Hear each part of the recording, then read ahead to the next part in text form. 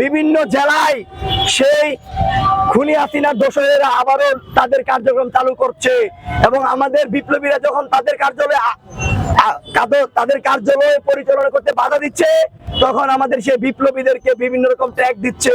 আমরা সেই জায়গায় বলতে চাই, যদি আপনাদের কার্যালয়ের একটা ইটের দাম থাকে, তাহলে সারা বাংলাদেশে প্রায় 2000-এর অধিক ভাই শহীদ হয়েছে, তাহলে কি তাদের জীবনের কোনো মূল্য নেই? তাদের রক্তের কি কোনো দাম নেই? আমাদের স্পষ্ট মেসেজ। একই সাথে আমরা আরেকটা কথা বলবো, আপনারা তো সবাই বলেন যে জুলাই গণ অভ্যুত্থানে 2000 শহীদ হয়েছে। আপনারা কি খেয়াল করেছেন যারা এতিম ছিল, যারা ফুটপাতে ছিল, যাদের পিতামাতা নাই বা যারা পাগল ছিল, তারা যে শহীদ হয়েছে, তাদের কি লিস্ট আপনাদের কাছে আছে? অবশ্যই নাই।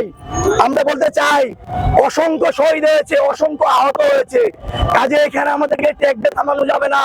আপনাদেরকে আবারও বলি, আমরা আইনের প্রতি শ্রদ্ধাশীল, আইনের প্রতি দায়িত্বশীল এবং আমরা আমাদের জায়গা থেকে আপনাদেরকে সহযোগিতা করব।